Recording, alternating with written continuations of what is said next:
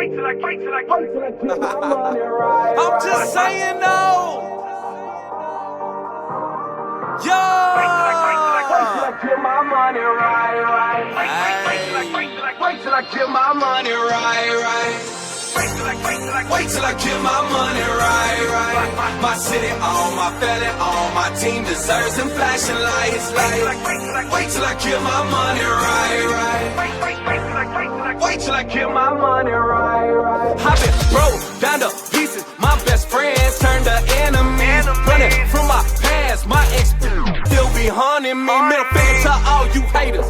That's why I come running back.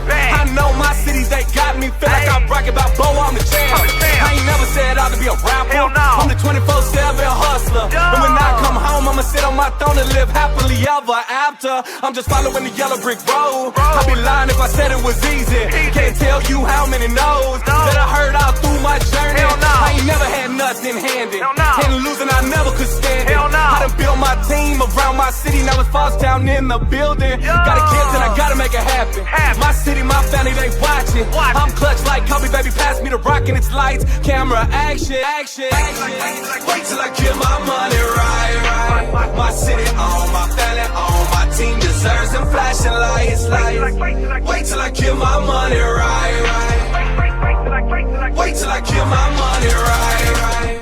Car repoed and the lights out, but the babies, they still gotta eat though. Couple dollars left after the rent pay. Hope we can make it through the week though. Top ramen with the egg and some hot sauce. My mama, she made it happen. Can't wait till I buy her dream house in the car of a dream that's matching. My father was away in prison. I swore that I'd never forgive him. It was 18 years and he came back. Now I can't see my life without him. Got a twin bro, he my best friend. Yeah, he my inspiration. Got a big bro, that's Big O. Taught me to survive and hustling. I ain't never had nothing handy. And losing, I never could stand it. I done built my team around my city. Now it's falls down in the building. Got a gift and I gotta make it happen. My city, my family, they watching. I'm clutch like Kobe, baby, pass me the rock and its lights. Camera action. Wait till I get my money right. My city on, my family on, my team deserves some flashing lights. Wait till I get my money right. Wait till I get my money right. Yo, the hustler. We in the building, baby.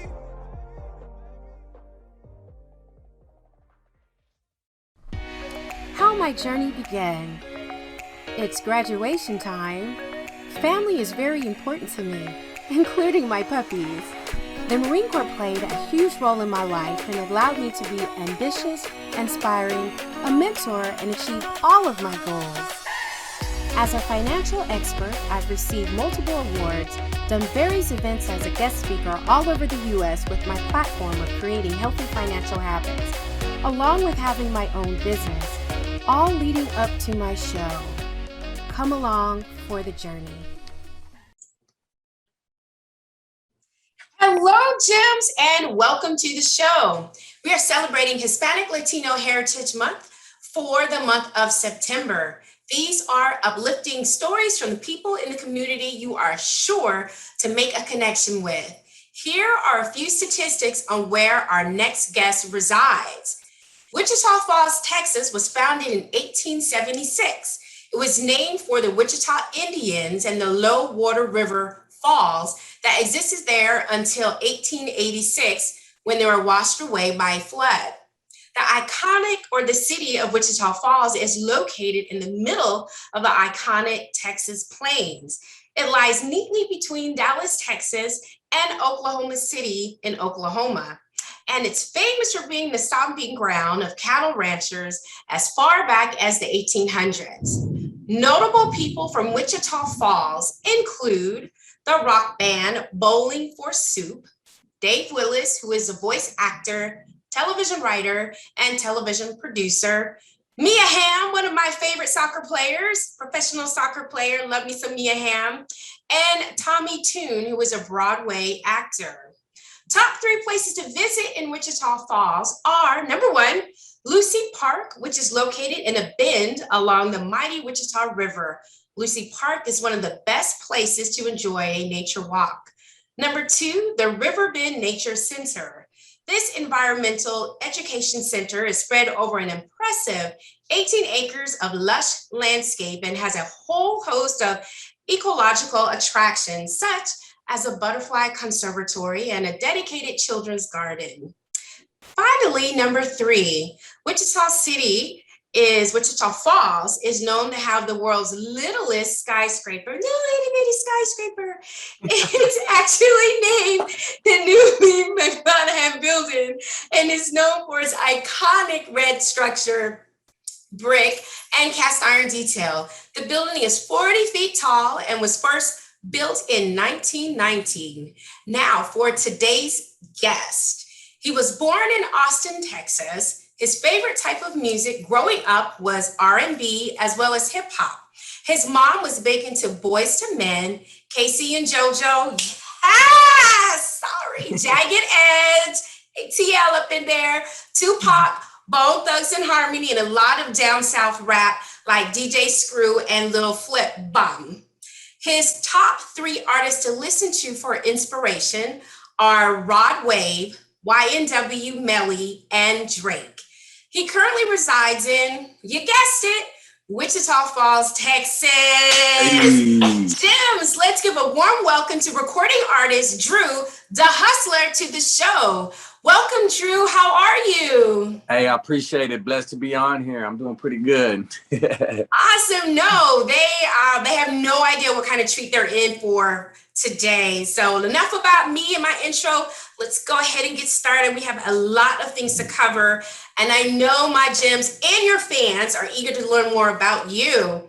So, finding your own vibe, what inspired you to become an artist? I love music, like any type, any kind, any piano, guitar, anything that has to do with music, man, and you can pop a rhythm into it. You know what I'm saying? Yes.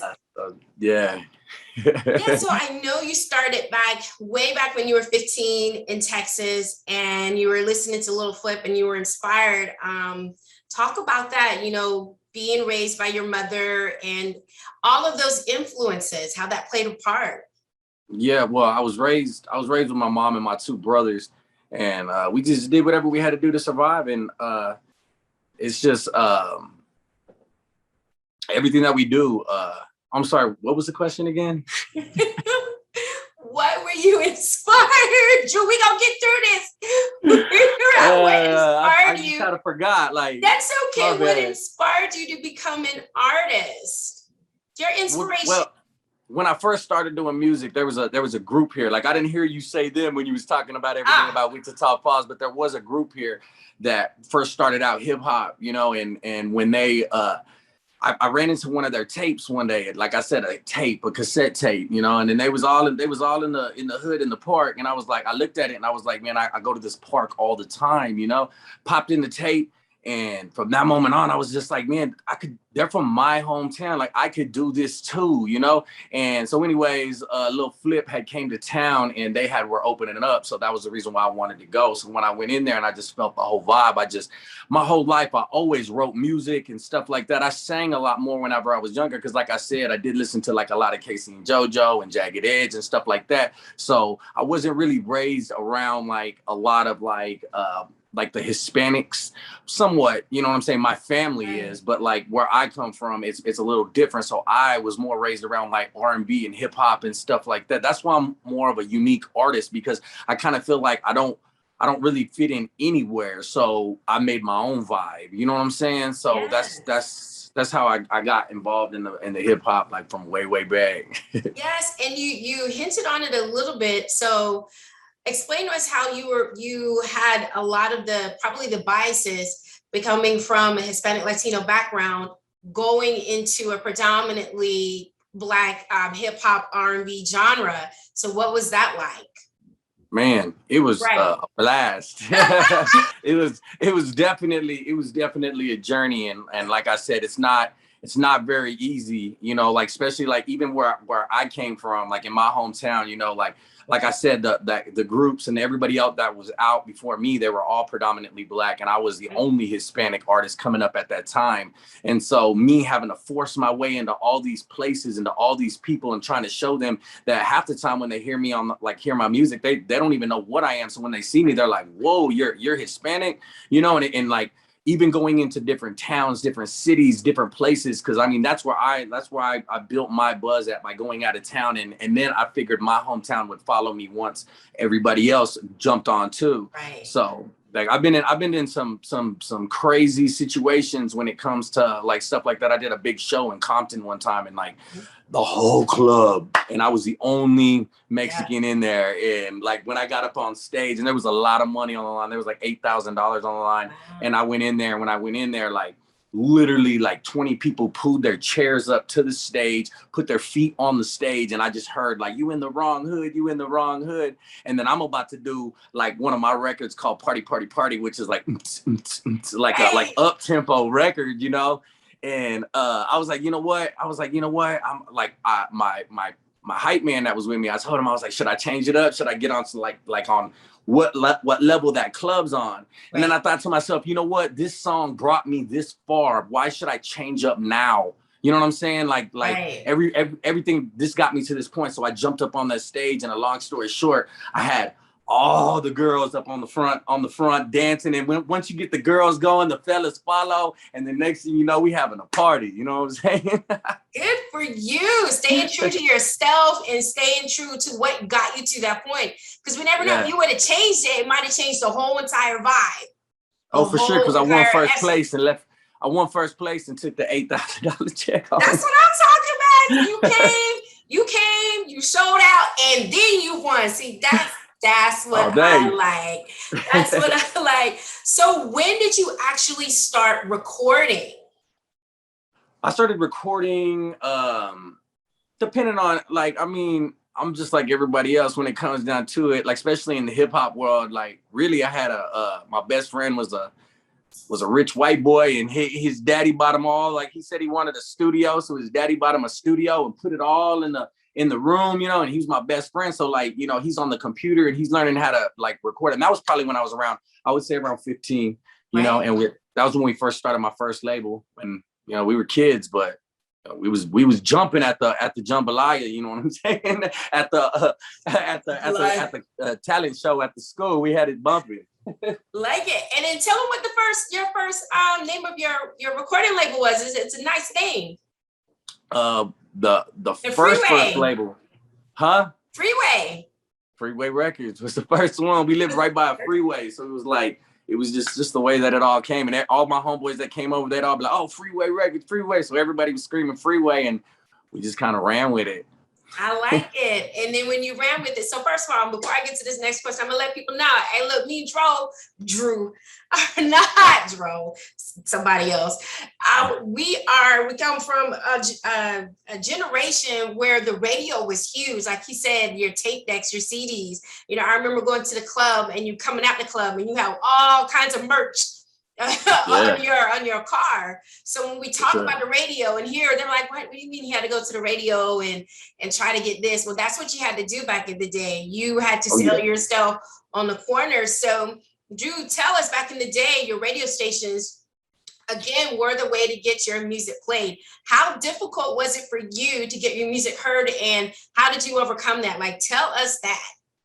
It all just depends on how you look at things. You know, like when you look at something, like when a door shuts in your face, the saying is, you know, another door opens, right? Well, to me, you know what I'm saying? You're right. Another door does open if you're looking for another journey. But if you're on a specific journey, there's a reason why that door is locked. And all you have to do is find the answer to it. And then the door opens right up so you get in. So that was my philosophy when it came to like getting on the radio. So I went to the radio. I knew where the radio DJs were spinning. So I was going up to them, trying to get them to play my songs and stuff. Of course, like if you're an artist, you know exactly how it is when you're trying to give a DJ your music, especially on a CD at the time. Yep. You know, they have to put it in their computer, upload it, and it's a big hassle.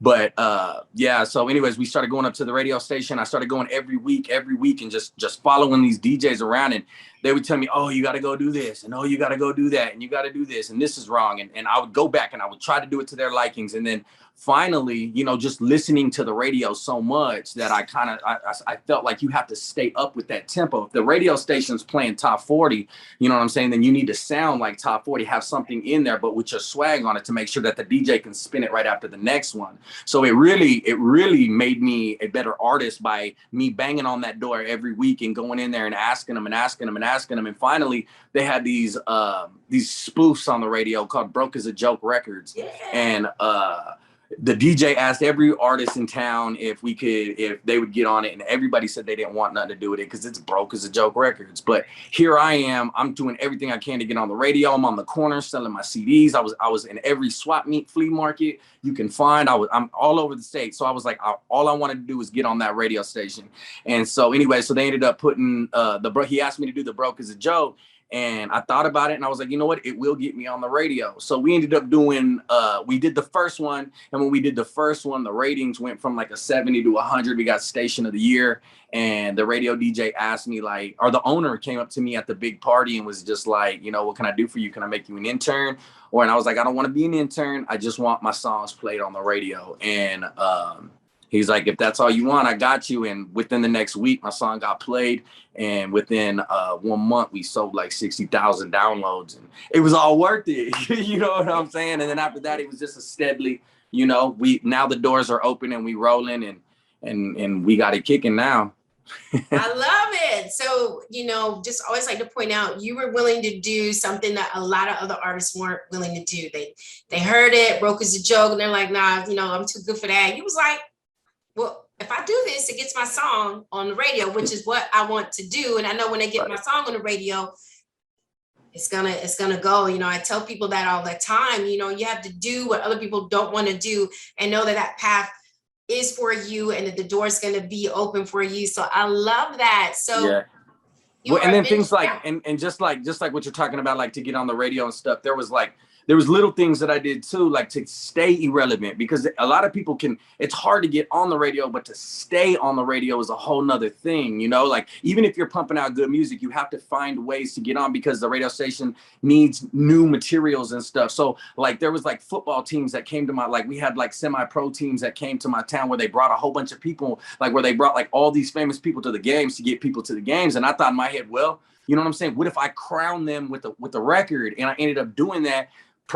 Presented it to the owner. The owner, I didn't even know, like, honestly, I sent it to him on Friday. I was like, and I didn't get a call until like Tuesday. And I was thinking in my head, I was like, no way he don't like this song. Right. And so anyways, then his assistant ends up calling me on Tuesday. And she's like, is this DaHustla? And I'm like, yes, it is. And she's just like, oh my God, we love your song. We want to buy it from you. And they ended up cutting me like a really big check. And I ended up getting to perform it at the national championship of that. And like I said, just opening up doors to the same thing that you're doing and trying to make sure that you stay relevant. Little stuff like that can get you a long way.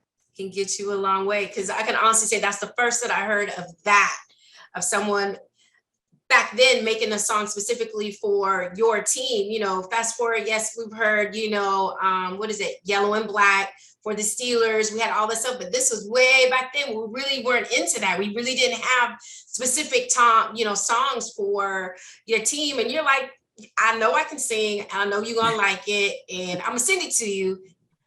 I'm telling you, you gotta think outside of the box, and like you said, staying relevant. And tell them you had your song played in the stadium. Oh yeah. Yeah, don't leave that part out, because I wasn't just like 5 people heard it in the Dallas, Texas, right? No, well, no. Let me like what? Okay, let me rephrase this. Okay, what I just said right now. With that was a semi-pro team from my hometown. Now the Dallas Cowboys anthem back in 2011. Yes, they played it in the stadium, and that was really cool too, because like I said, the DJ told everybody, somebody write a song for the Dallas Cowboys, and here I am, the biggest Dallas Cowboy fan out there. And so I'm like, okay, well, I'm gonna write a song, and if nobody else does, I'm gonna drop it in 2 weeks. And that's exactly what I did. And when I put it on the radio, it absolutely went crazy. It opened up a whole new fan base for me.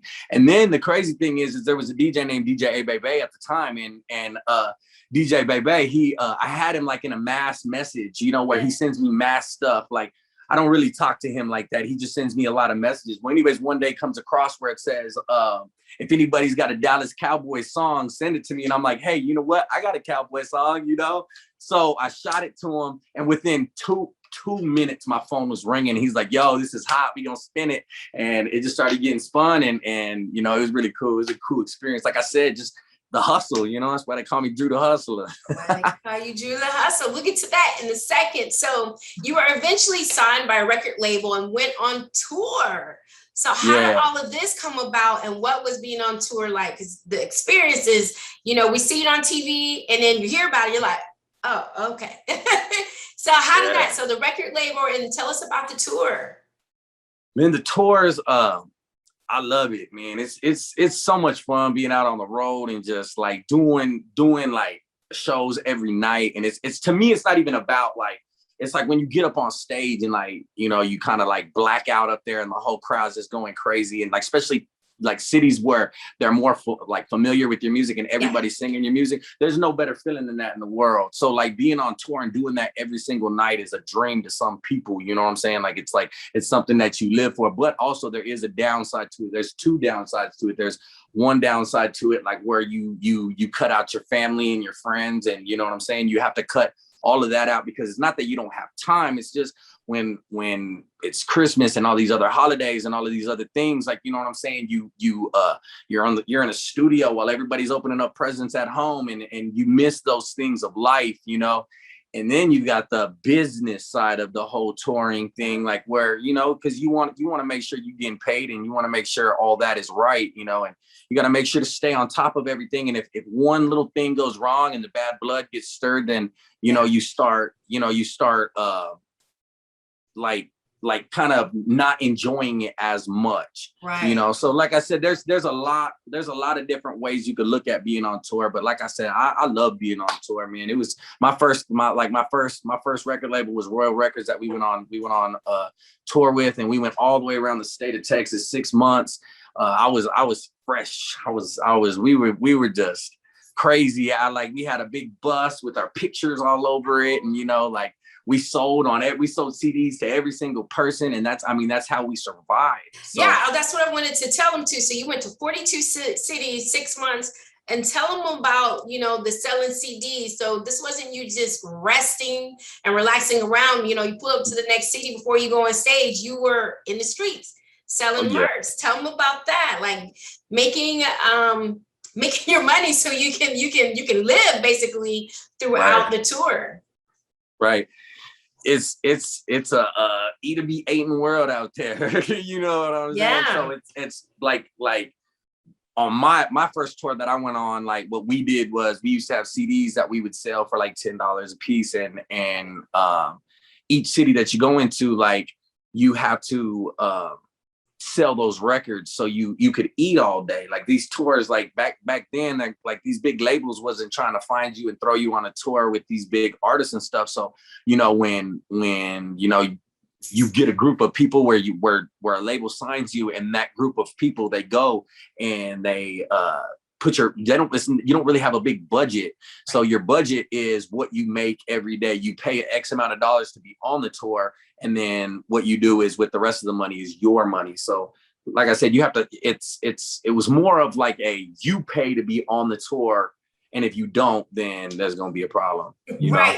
You were the budget on your tour. So if you guys didn't sell it, then you didn't eat, or there was certain things associated with that. And no one was there to say, oh, you know, my bad, you didn't sell this many CDs in the next city. You know, let me go ahead and take up the slack, because you need to do what you need to do. Yeah, for sure. Like, I mean, you had to, and that was the bad part, you know, like because like I always say, like, not everybody is a hustler. Like, not everybody is a salesman. Not everybody can, you know what I'm saying, talk his way out of anything. You know, some people are they're kind of froze up, but when they get in the studio, bam, they turn alive. You know, it's like, whoa, where'd that come from? You know?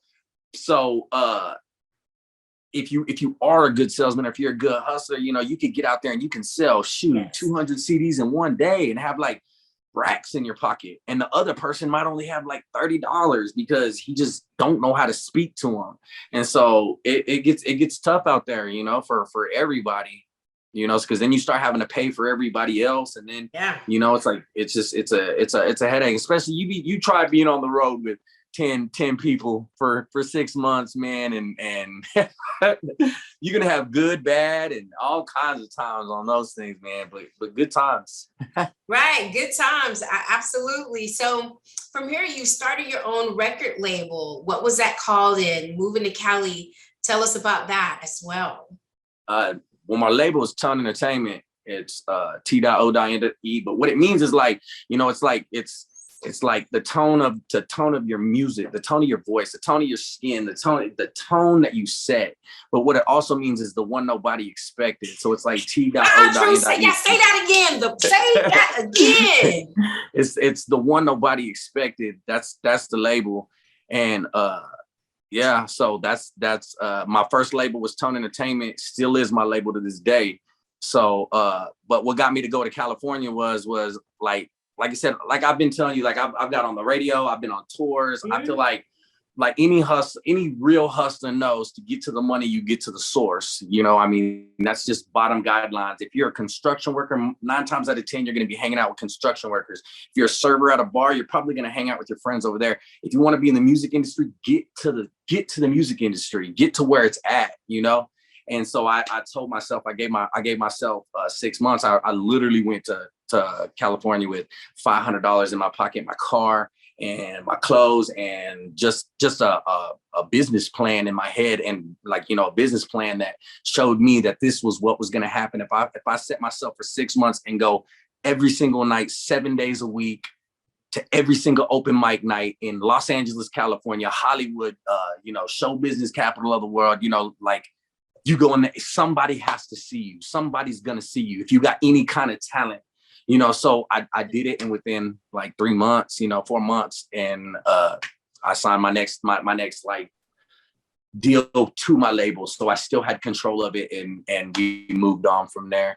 But yeah, that's what got me down to Cali. I literally just grinded, just hustled my way in.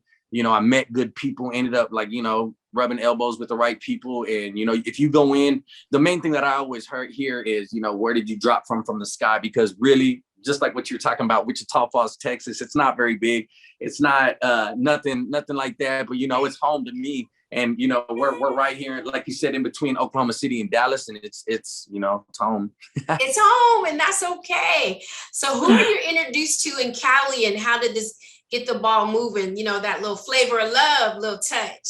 Yeah. Well, I ended up like being cool with a girl named Crazy. Her name was DJ Crazy, and she was on the Flavor of Love show on season 2, and she was actually, at the timing, you know, she was Bishop Don Juan's co-host to his radio show, or his podcast. And so she invited me. I got invited to the show, and, you know, like at that show, it caters to like all his friends, which is most of Hollywood that comes in every single night. It's a big party. Everybody's coming in. And so once I got in there, you know, it's like going into the pod, like there's a lot of good connections that you can make in there. And that's pretty much what I did right there, was go in there and start rubbing elbows with different people. I ended up once she got me in there, I ended up finding a manager. Well, I had quite a few of them, but like, you know, I tried to pick the best one, you know, the one that I felt met my needs and everything like that. And we kind of went on from there. And then I ended up meeting like my producer, Jazz. And like from there, we started recording my album, and you know what I'm saying, just dropped that heat. I love it. Because you also, I know you did music with Snoop's producer as well too. Right. And a lot of them. Go ahead. No, go ahead. My bad. No, and I was gonna say that you met Jazz at the Bat Cave in San Diego, and then you did a little music there. So we're gonna watch a quick clip of you in the studio with Jazz. Rather be here with you. Rather be here with you. Yeah, let's try. That's it. Where you? Right. Where you? Yeah. Where you? Yep. That's it. Right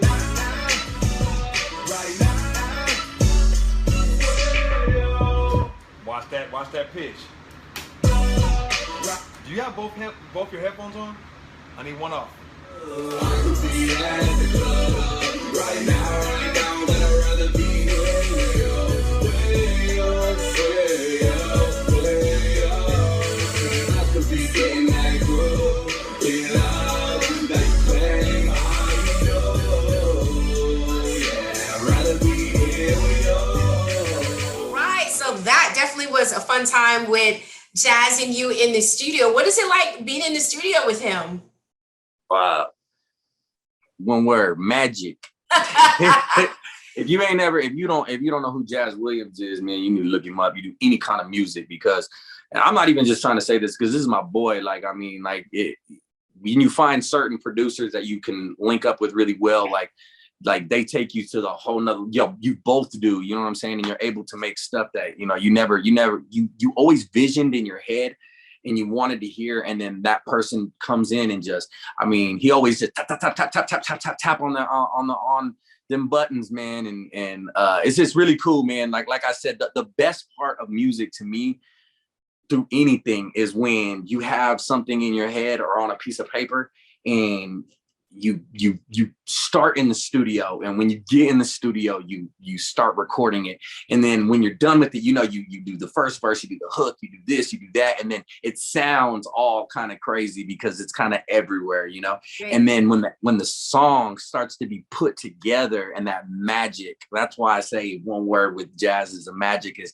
once he got going and just starts moving it, and the magic in the room is just ridiculous. So yeah, definitely. Good stuff. Yeah, we'll definitely give shouts out to him. People definitely know how to reach him. So how did you get your first stage name? How did that come about? And then changing it to Drew the Hustler. I know you by a different name and some other people do, and then we changed it. So yeah, so I've had a couple name changes, but still the same, always the same, like always the same. But like my first name was I wrote this song called Drew the 24/7 Hustler.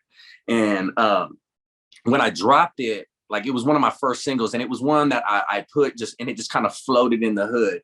And it was called Drew the 24/7 Hustler, but for some reason, like the kids and the girls connected to it real well because it had a girl singing. It was like, Drew, he's a 24/7 hustler, so it was like, right then, like everybody just called me Drew the 24/7 Hustler, and like I really could not shake the name. Like everywhere I'd go, Drew the 24/7 Hustler, Drew the 24/7 Hustler.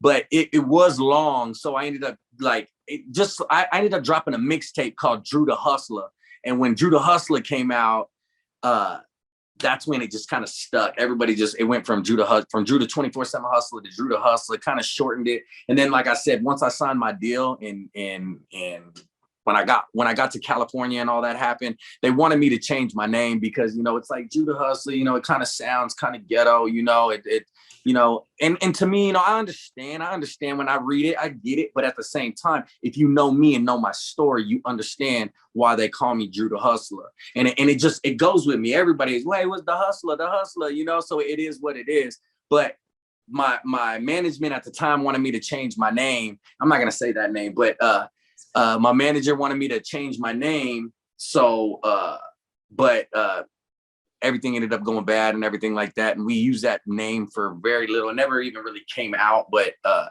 was a cool name and I appreciate it. You know what I'm saying? But at the end of the day, man, you got to stay true to who you are and don't let nobody change you no matter what it is, stick to your main dream and do you. And, I believe that whatever's meant to be will be meant for you. Like it, Drew the Hustler. That's what we do.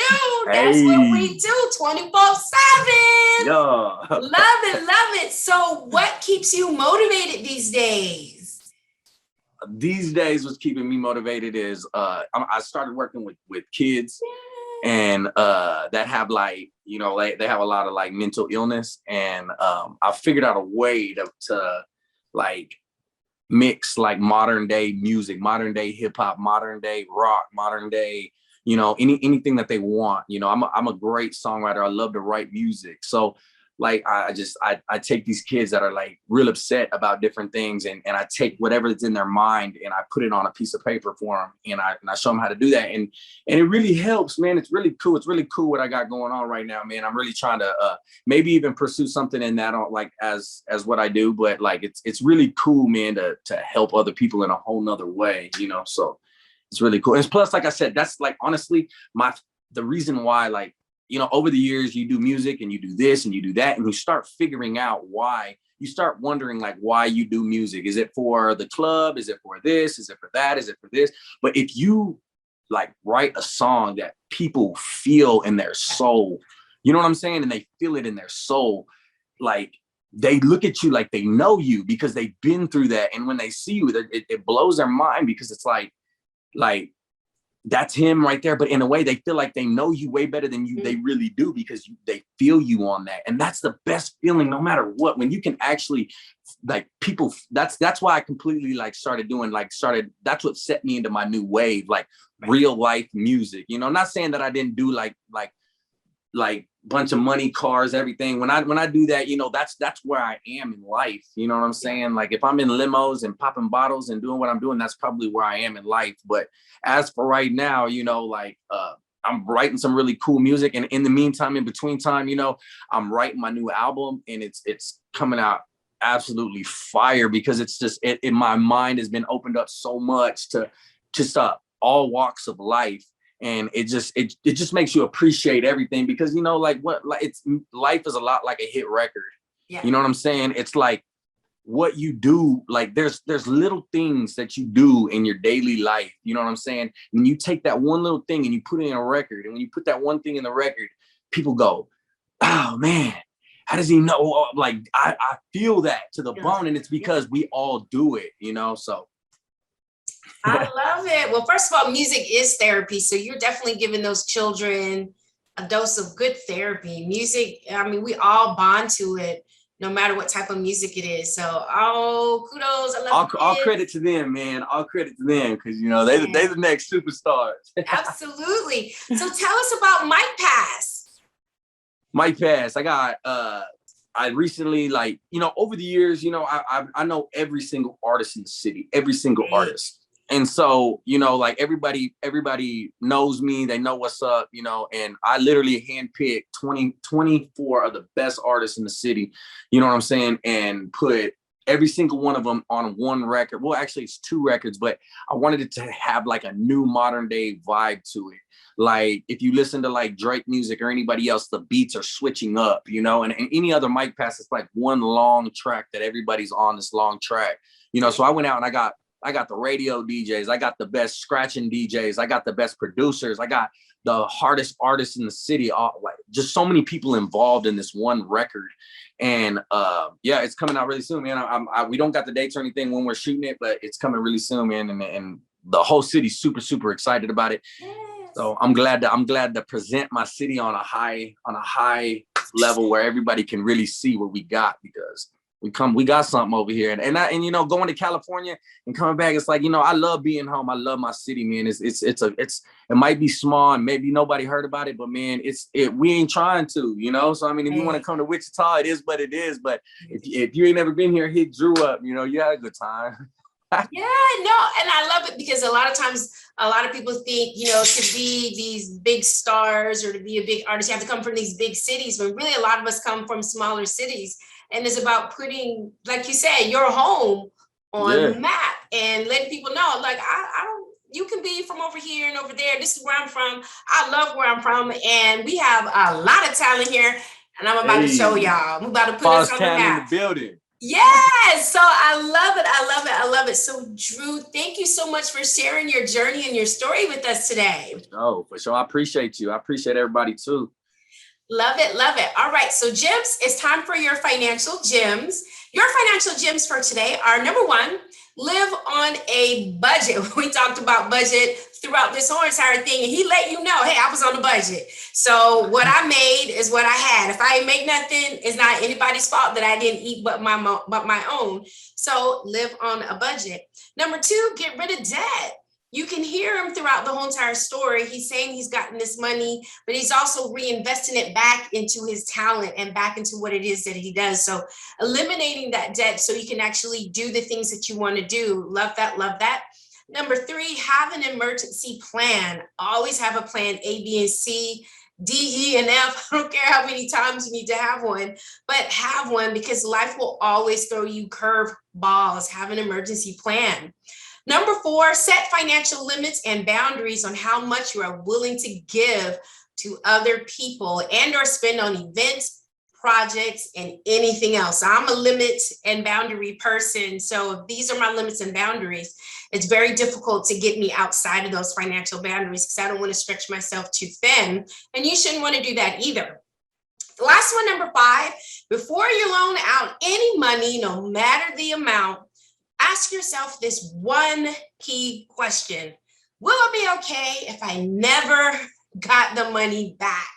Gotta be okay with that because trust and believe you're gonna give out money and it's not gonna come back to you. I'm just telling you, it's not gonna come back. So please just be okay with that. And if you're not, think about what it is that they want and are you willing to give? All right, Jim. So it is our show custom to have every guest provide our gems with an inspirational quote. Drew, what is your personal inspirational quote you would like to share with us today? I have a lot of quotes, but one that I'm thinking right now is don't chase nothing but a better life. Don't chase nothing else but a better life. And I love that. It's just making sure your today is better than yesterday and your tomorrow will be better than today. I love it. You're chasing that better life. Love it, love it, love it, love it, love it. So Drew, once again, thank you for being the guest on the show today. You were amazing. Hey, I appreciate it. I appreciate it. Thank you. So Gems, creating healthy financial habits is a lifelong commitment. Remember, without change, there will be no butterflies. Y'all know I'm taking that into 2021 with me. That's my quote. Changing habits, changing lives, and changing futures are all up to you. Till next time, Gems, take care.